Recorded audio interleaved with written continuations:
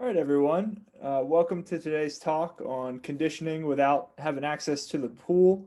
As I've done in the past, what I'm going to do is keep everybody muted and videos off. That way the slides come through a little bit more clearly. If we start having a bunch of video and everything going on, it can sometimes get a little bit patchy. There will be a question for you guys to think about during this presentation, and I'll pinpoint when that pops up on screen. And then at the end, we'll bring everyone up to the live screen videos and all and talk a little bit. Presentation wise, it should be about a half an hour, maybe 40 minutes. And then we'll just do about 15, 20 minutes of talking and get on with our day. So again, everybody will be muted and videos will be turned off until the end. And then I'll bring everyone up. If you can't see my slides at any point, just drop it into the chat. Let me know you can't see them and we will go from there. Before I get started, it is absolutely pouring outside. We have a huge storm rolling in.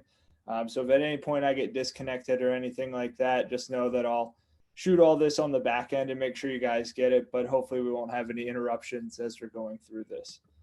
So this topic is really important at this point because especially here in the US, it's actually being announced almost every day. I hear of a new announcement of a pool not opening up this summer. And that's kind of a bummer. Summertime for me, I always think about going to the pool or the beach and things like that, being able to swim out in the open water or, at my local pool. So that's going to be a really different feel this summer as, we might not have access to pools or, we might just start getting back to restricted hours and things like that.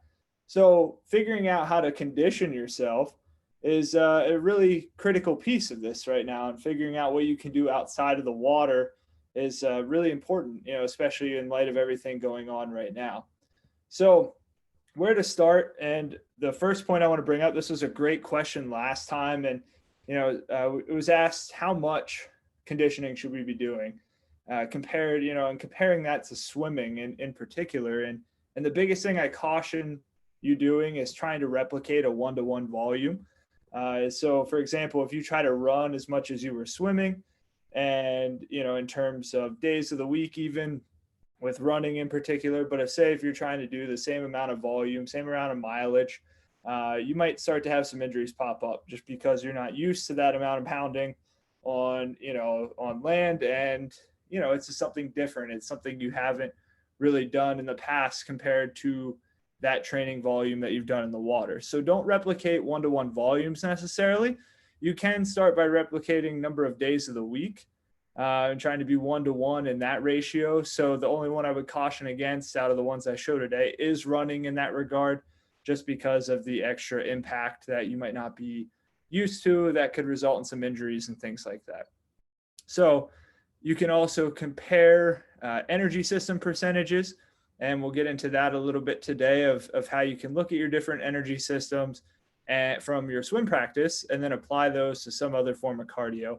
And then becoming a master of RPE. So RPE is rate of perceived exertion. It's something I'm sure you're a little bit familiar with from practices and things like that. And we'll kind of compare some charts and give you an idea of where to go from there. So that's kind of what we're hoping to accomplish today. So RPE, as I said, is rate of perceived exertion. It's simply, how hard did it feel for you? So this is kind of a nice little chart over here that breaks it down, 1 to 2, nice and easy. 5 to 6 gets a little bit more into that moderate intensity. And then 9 to 10 is that maximum intensity where you can only do it for a short amount of time, right? So RPE is totally based off of feel. But to get a deeper understanding and get more in tune with your body, you really want to think about it from all these other variables as well. So you might have some fluctuations day to day of what a 7 would feel like, for example. But generally, you could have a range that is your pacing for a 7 out of 10 in terms of effort. Heart rate, what is a 7 out of 10 for you in terms of beats per minute? How much distance can you cover, to hit a 7 out of 10 in a certain time interval? What type of stroke rate can you maintain at that 7 out of 10, RPE? So it's definitely a feel number. We're basing it off of how you feel doing something. And there's going to be a little bit of variation day to day. And that's totally fine. But the more you can take that feeling and also understand it from your actual metrics, the more valuable that number is going to be. So I want you to start thinking about RPE a little bit more than just that baseline feeling. I want you to start comparing it to all these different numbers or these different metrics, because then you get the feeling with the objective information. And that's really powerful when you're trying to design these conditioning sessions, without having access to the pool and using different implements based off what you have available. You might recognize this chart. Coach Bullock gave me this chart to utilize, and this is something that she'll base a lot of your training sessions off of. You're probably used to seeing this for a different set. You're supposed to aim for a blue or red pace, that sort of thing.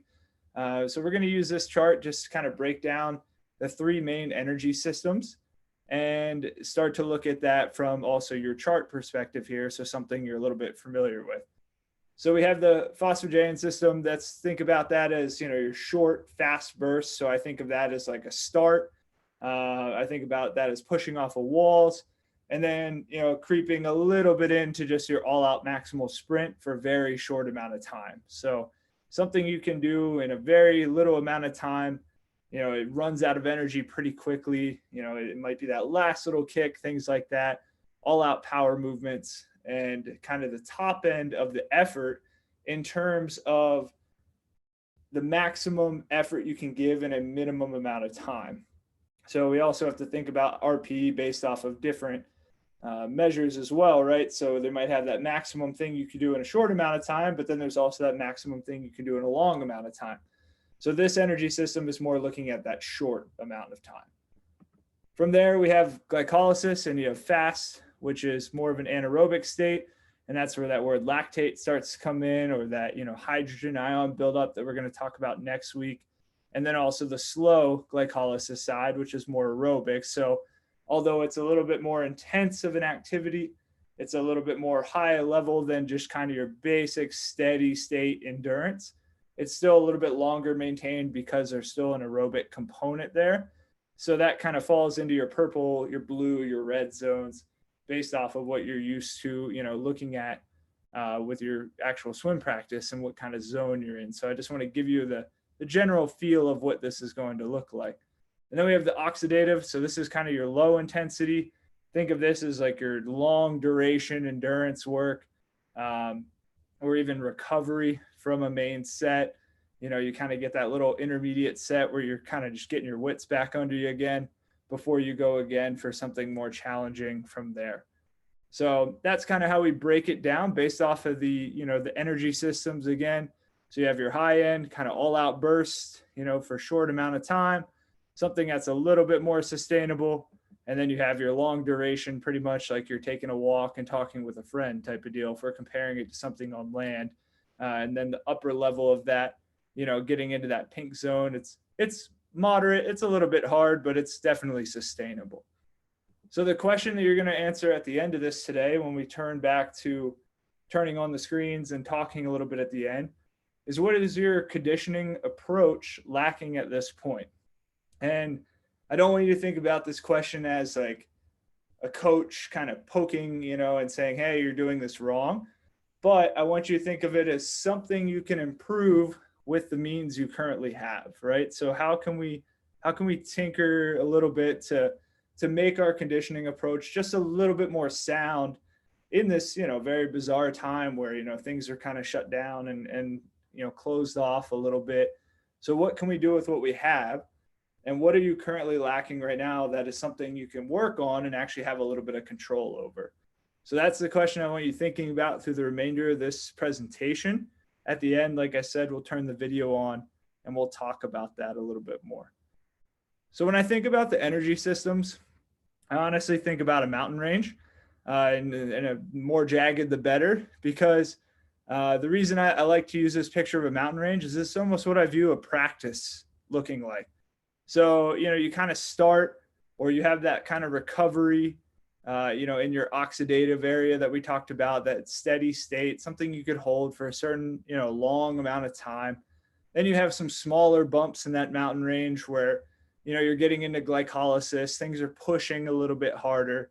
And then, if you get to that peak, you're at that all out phosphogyne system that, is that long or that short burst the top of the mountain, as fast as you can go, that all out high quality effort for the day.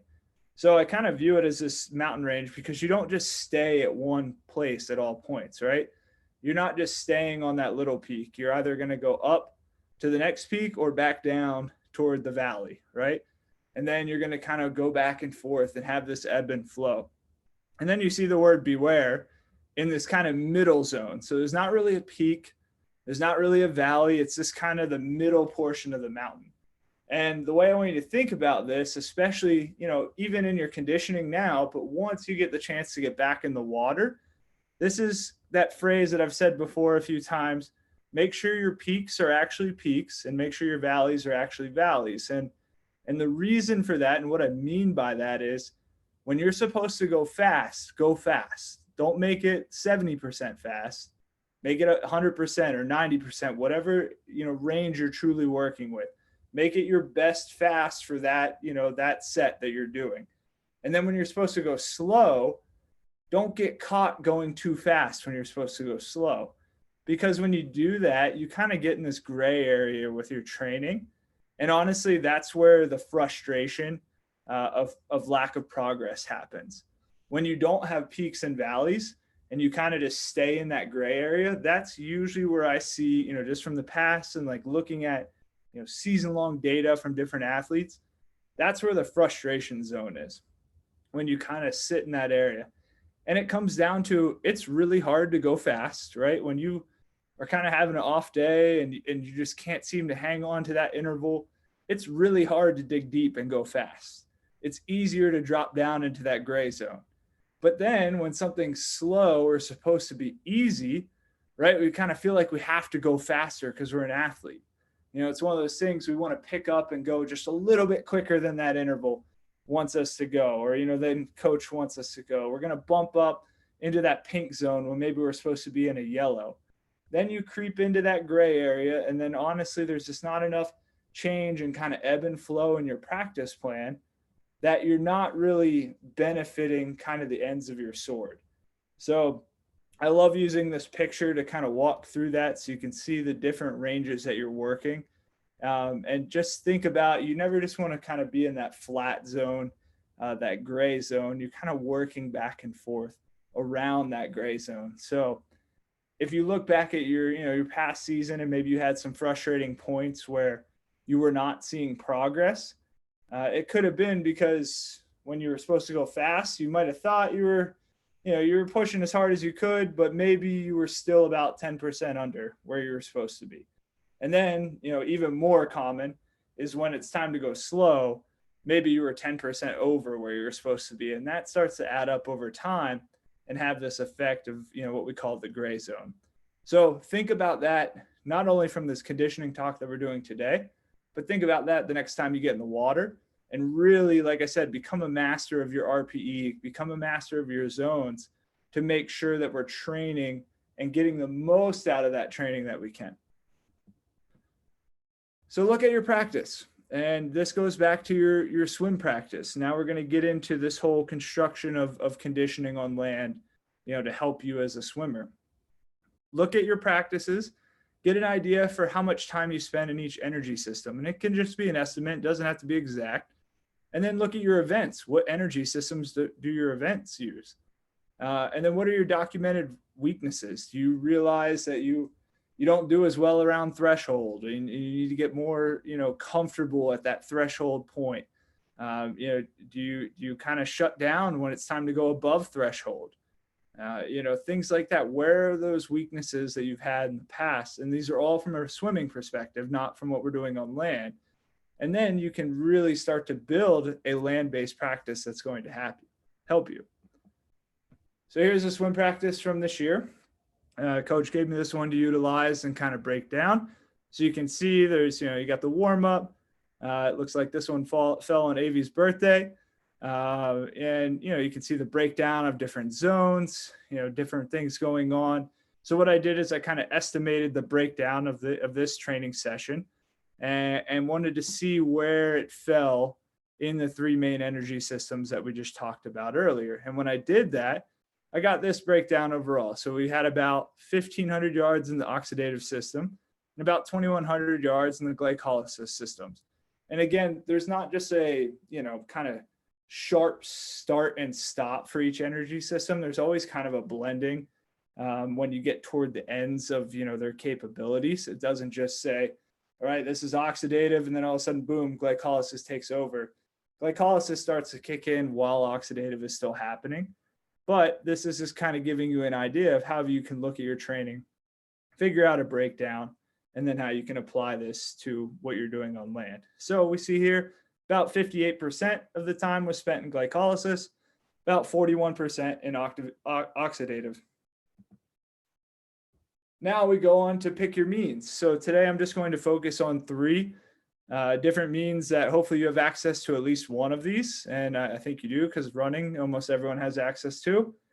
And then I want to show you, based off of these three options, what you can do, looking at these energy systems and everything like that. But I want you to keep in mind, these 3 are not the only things you have to do or you can pick from. You could pick a bunch of body weight exercises and kind of do a circuit format and make this whole thing work too.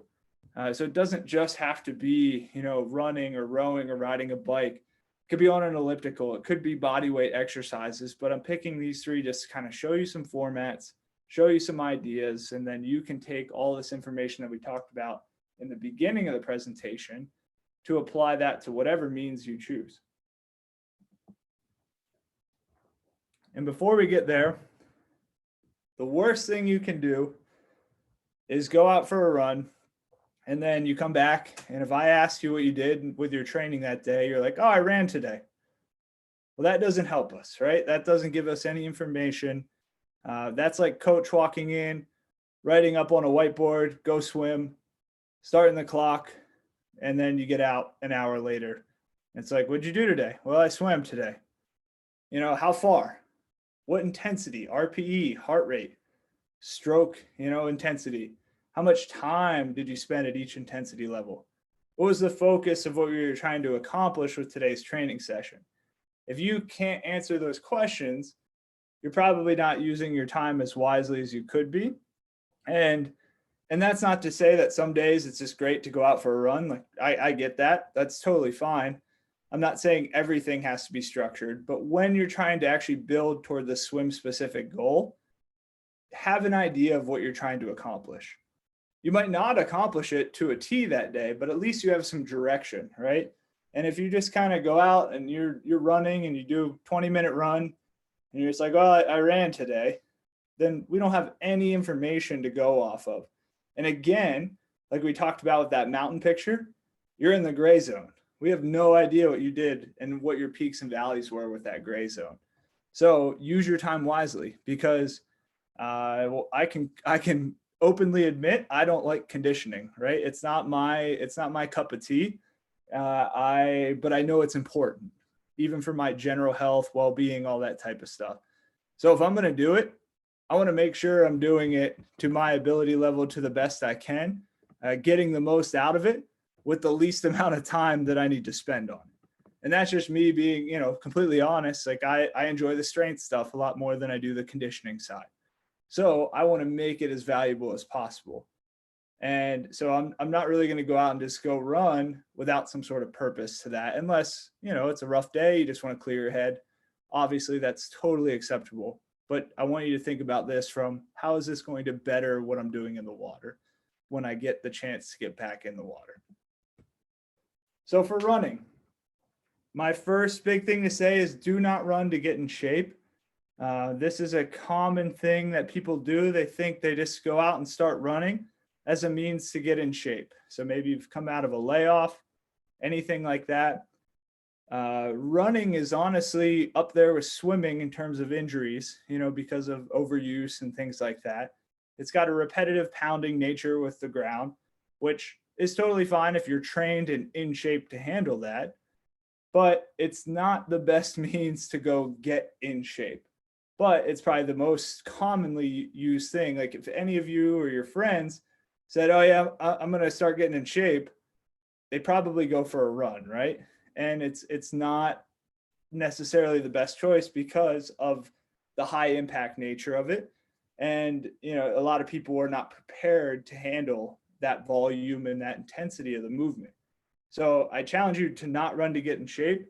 You can run if you are in shape, and you can kind of modify it to fit your needs to get in shape for that as well. But keep that in mind. Running to get in shape is definitely one of those red flags for me as a coach, because I've just seen it lead to constant injuries over time.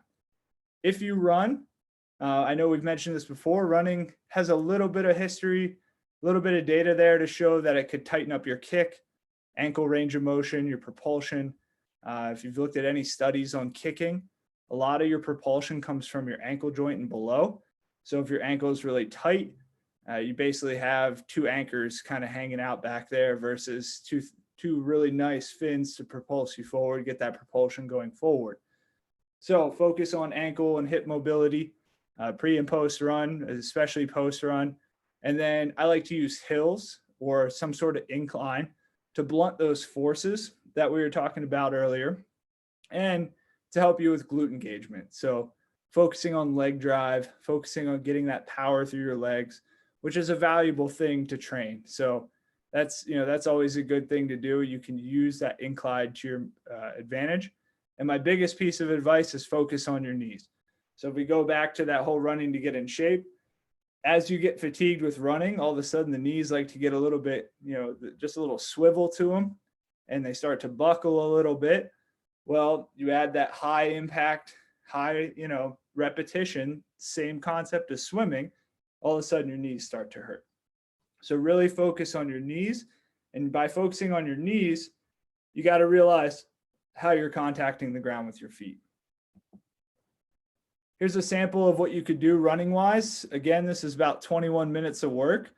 And what I'm using here is the zones that we talked about earlier to break down the training session. So I'm using these zones just like I would in a swim practice.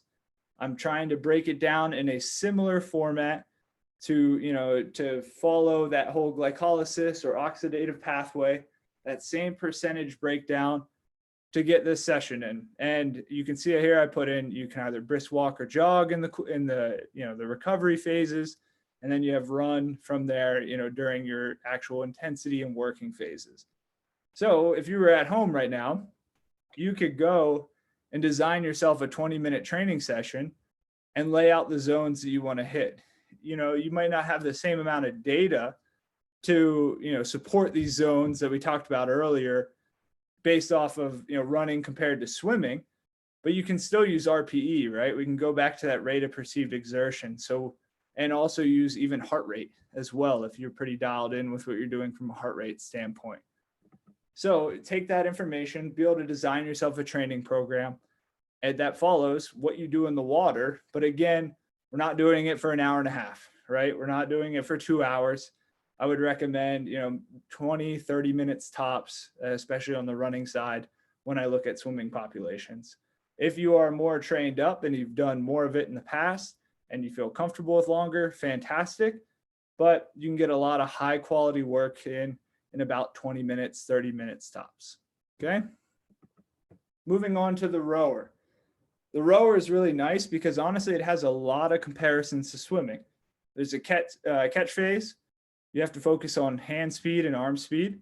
There's a feel to it. So there's days where, you just feel like you don't have a feel for the water. You feel like you're slipping through the water. It's the same thing on a rower. You have to have this nice steady feel, this flow to it. You have a relaxed recovery phase. So as you're returning to the start of the stroke, you have this kind of relaxed unloading that occurs, very similar to swimming. And your intervals in terms of time are very similar. So a 250-meter row is about 100 freestyle. A 500-meter row is about a 200 freestyle. And that just comes down to, honestly, it falls into the same energy system usage. And then the time works out to be about spot on. So with a 250-meter row, you can use your base interval for 100 freestyle. For the 500-meter row, you can use your base interval for a 200 freestyle. So that's something you can keep in mind. And I think, let me see if I can show it here. Doesn't show it on this practice that I use, but up top, a lot of coaches' practices say the general base interval is going to be, 2 minutes per 100. and then kind of scales from there, right? So if you know what your base interval is, all of a sudden you can take it and apply it to your row training by using 250-meter bursts and 500-meter bursts. You don't have to just keep it at 250 and 500, but this just gives you an idea of how you can mimic a little bit of a swim practice on the rower. Big thing to think about on the rower, I don't want to see you looking like the guy on the left. I'd rather see you looking like the girl on the right. So you can see here, there's a huge rounding occurring in the back versus a lot more strict of a posture here. Yes, totally different body type, totally different limb lengths, everything like that. But the big thing I want you to focus on is back position. So even if you can't get your chest this close to your knees, that's okay. I would rather you maintain a straight back position versus having this curled position here, because then, yep, same thing with running. All of a sudden, we're going to have some different injuries popping up that are going to affect us when we return to the water. So keep that in mind. Avoid that body positioning. Again, just like swimming, we have to focus on these little details of body positioning. Here's a sample row workout that I would do with a swim group. And you'll see here, it has a lot of feel of just a normal swim practice. So you got 1,000 warm up, give you a little bit of rest in here where you can either just, kind of row nice and easy or just completely rest. Working on some negative split work. And then all of a sudden the 250-meter at your base interval, descending 1 to 4. So you're doing it just like you would in the water. If you're using a 2-minute interval, it takes you, let's say it takes you a minute to do the 250 meters, you get a minute of rest before starting number 2, just like you would in the water. And you can see here, so this is a little bit of a ladder that I would use, a little descending ladder. And it's a great way to focus on your ability to negative split, especially if you're a little bit more of a distance athlete. But then gives you some other things to work on as well, like distance per stroke. Just like in the pool, distance per stroke on the rower is something you can totally train and have a similar feel. So that's a nice way to, almost construct just like you would in the water, a practice that'll work for you. And something like this, again, you're looking at probably a half an hour tops versus, really getting into, the length of your sessions. Like I said, I don't want you mimicking, especially a 1-to-1 in terms of time, I think is a very tough variable to try to do. If you're comparing, an hour and a half swim practice to an hour and a half row, it's just not going to work out very well. So use time wisely, minimize the overall time that you're doing it, but take as many variables as you can from what you do in the water and apply it to what you're doing on land. And the last one is biking. Biking is honestly a great option. Even if you have a stationary bike at home, that's something you can totally use. Or if you just have, a nice little cruiser that you're used to riding around on. Big thing, even if it's, not a fancy tri bike or road bike, again, body positioning. So the two things I would want you to focus on are back positioning again. I know some triathletes can get down into and cyclists get down into a really crazy aero position. Again, we're not trying to be pro cyclists. We're trying to use this as some form of conditioning to hold us over until we can get back in the water and still hopefully have some progress, right? So focus on back positioning and then just set up to the point where you have a slight bend in your knee at a full pedal stroke. So you're getting a full range of motion there. The nice thing about the bike, super low impact on your joints if you're set up properly. And I love the rhythmic motion of the legs. So you're getting that push-pull motion, which is something you have to think about. A lot of us think about pushing down on the bike pedals, but if you have any of those pedals that are either clip-in or if you get the little cages for your feet, it's also a pull back up. So you're driving your knee back up, pulling your knee back up towards your chest as you're completing that motion. So it's a push and a pull. So there's hamstring engagement in there as well, which is really nice because that's another similarity to a kick. With the bike, just like the run, a couple things you want to focus on are your hips and your hamstrings, especially post-ride. Hips just get pretty tight on a bike, and then hamstrings can tighten up a little bit if you're really focusing on that pull motion. So we want to just make sure we're taking the time to take care of those. And if you're familiar with this, or if you have access to, a spin bike or anything like that, I highly recommend looking up power zones and the functional threshold power test. So it's a 20-minute test.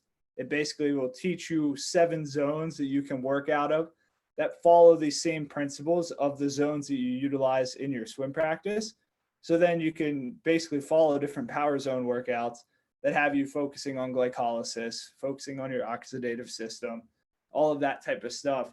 And honestly feel like you're right back in a swim practice. You know, you just be pedaling the whole time instead of sitting on the wall here and there. But that's a great thing. If you have access to anything like that, you know, you can totally look up the power zones and that FTP test. So here's a sample bike. Again, I use the, you know, the RPE and the zones, the color zones that you guys are used to with your practices. And total 29 minutes of work. Not trying to get too crazy with it. Again, I'm not trying to go for an hour-and-a-half bike ride, but I'm working on some different zones here. I'm doing some step work into different zones, different intensities. And, you know, I'm able to get in a good quality workout in 29 minutes. So that's something, again, super simple. You know, we're not making this super in depth, but the nice thing is if we go back to what we're used to in the water, we have these zones and we can maximize those on land as well. They don't stop at the end of the pool, and you can take them out and use them for what you're doing in you know, on land and with what you have right now. And again, just because we talked about rower, running, biking, this can apply to any other sort of cardio option you have available to you. The things that I like about the ones we talked about today, especially the rower and the bike, there's some similarities to what you're doing in the water. I put running in there, even though we talked about a little bit about how it could tighten up your kick, but I put it in there because everybody has access to running, right? We all have, you know, we can go for a run or, you know, all we need is a pair of shoes or not even shoes and you can go run, right? So it's one of those things that at least you have something to access. But take this information, take this chart and get smart about your training on land. Think about how you can really apply these principles to what you're doing so that you're not just, I went for a run today. Oh, I rode my bike today. Let's actually think about the why behind it and think what you're doing. So just keep that in mind. Again, do not stress over that volume, 1-to-1 volume ratio. I'm not super worried about that in terms of time. Days of the week is a lot better one to focus on because your body's used to a certain amount of days of activity.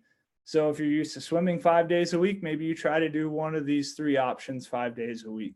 And you can change those up just so you don't get, you know, bored or, you know, it's just not monotonous. There's some other things you can do there.